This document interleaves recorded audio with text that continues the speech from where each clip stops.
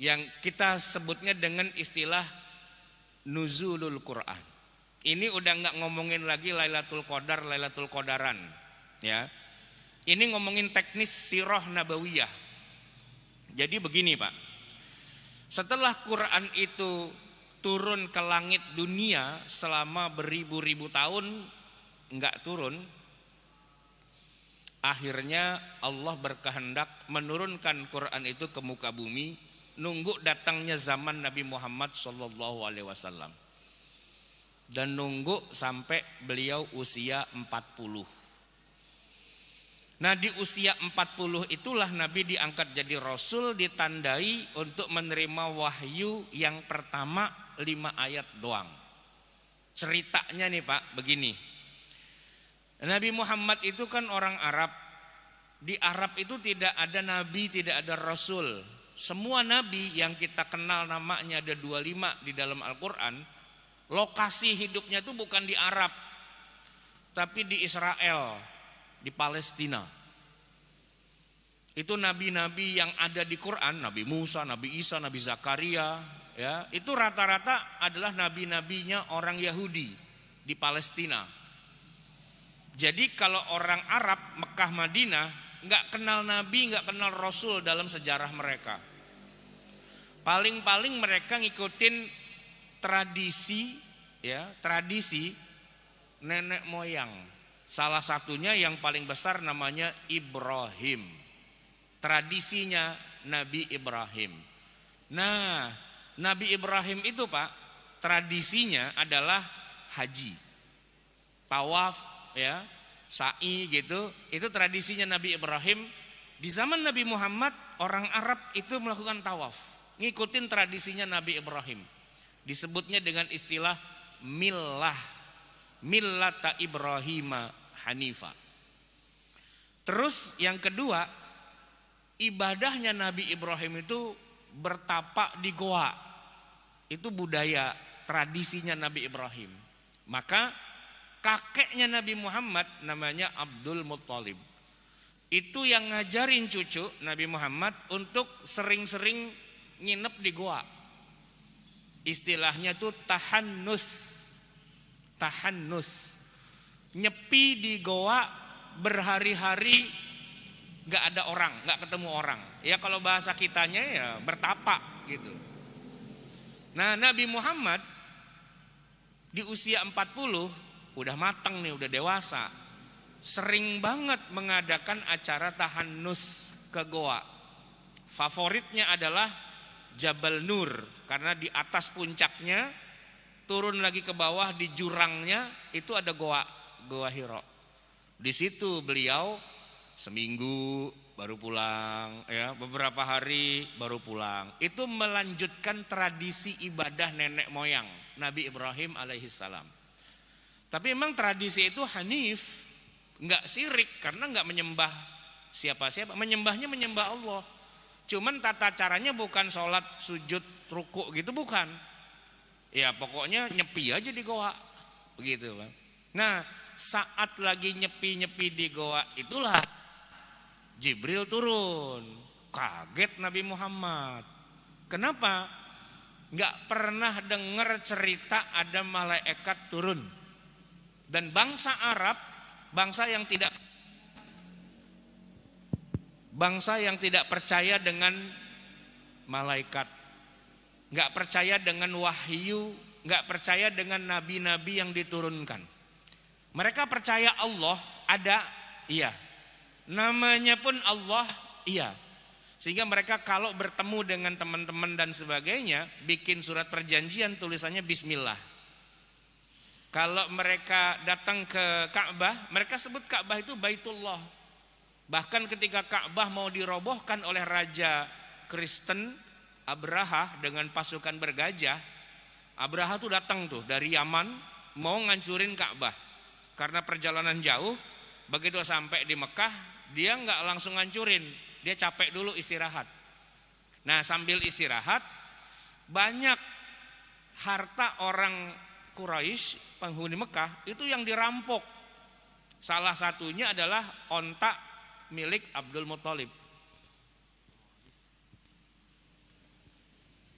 ontak milik Abdul Muthalib.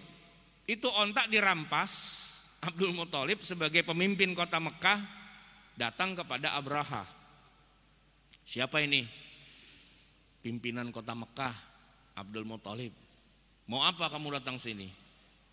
Begini raja, kalau raja mau ngancurin Ka'bah, saya nggak bisa bilang apa-apa, karena kan pasukannya hebat banget. Cuman ini masalahnya begini raja, ontak saya kenapa dirampas? Saya pengen minta dibalikin dah tolong. Kalau Ka'bah tuh udah ada yang punya, Allah yang punya, atur aja dah sama Allah bagaimana kek. Tapi ontak saya balikin. Itu raja bingung. Lu mikirin ontak bukan mikirin Ka'bah. Kata Abdul Muthalib, ontak itu ada tuannya, saya tuannya. Kalau ontak saya diambil urusan sama saya. Ka'bah itu ada tuannya. Kalau Ka'bah ente mau rubuhin, lu urusan sama yang punya gitu, Allah. Tauhidnya hebat banget Pak Abdul Muthalib itu, ya kan? Dari segi keimanan bahwa itu adalah Baitullah dan ada Allah dan Allah akan melindungi, itu udah hebat banget Pak. Dan benar kejadian. Besoknya burung ababil datang bawa batu-batu dari neraka gitu kan, habislah. Faja'alahum ka'assim ma'kul. Nah, Abdul Muthalib itu Pak, selain dia menyembah Allah, ini dia yang jadi masalah. Dia juga nyembah Lata, Mana, Uzza, Hubal dan 360 berhala yang lain. Jadi di satu sisi orang Arab itu kenal Allah, tapi di sisi yang lain mereka ibadah kepada Tuhan-Tuhan yang lain. Itu aja yang jadi masalah. Nabi Muhammad itu kenal Allah, kenal juga Nabi Ibrahim dalam arti sebagai sebuah sejarah nenek moyang dan yang masih dijalankan tradisinya. Tapi Pak, bahwa Allah menurunkan wahyu, menurunkan syariah, menurunkan para nabi dan rasul, itu yang nggak dikenal oleh orang Arab.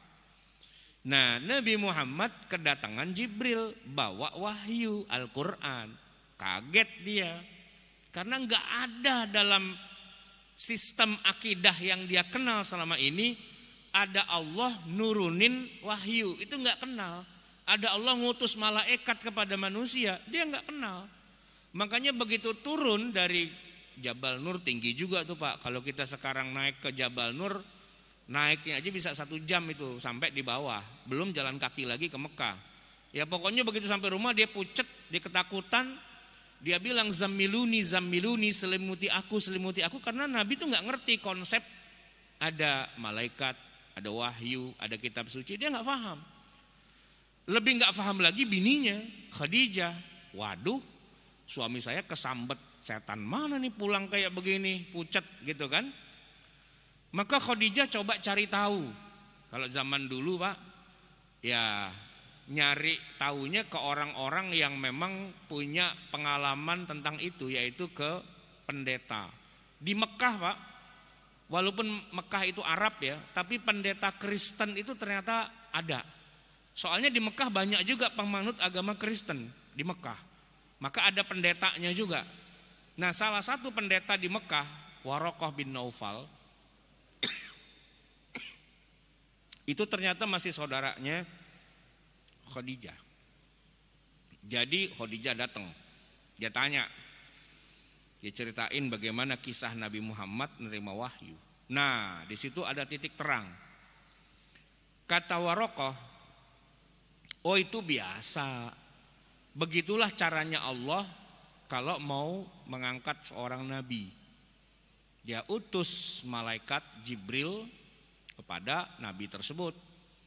Nah, kalau yang ente ceritain itu benar, saya yakin itu Jibril. Dan suamimu Muhammad itu berarti dia adalah nabi yang terakhir yang banyak diceritakan di dalam Taurat dan Injil. Jadi kamu bahagia saja, nggak apa-apa. Ini justru bagus. Itu kata pendeta Kristen Waraqah bin Naufal. Ya udah girang. Khadijah pulang, ibarat kata kita pulang nyanyi-nyanyi dia udah girang, ya kan? Oh aman. Disitulah Khadijah cerita kepada Nabi Muhammad. kata pendeta Kristen, itu yang datang tadi itu namanya Jibril. Dia malaikat yang paling mulia dan kamu itu diangkat jadi nabi. Oh gitu, Bu? Iya. Justru nabi baru tahu di situ. Diceritain sama bininya dari pendeta Kristen. Nah, makin yakinlah Nabi Muhammad akan hal itu, gitu ya.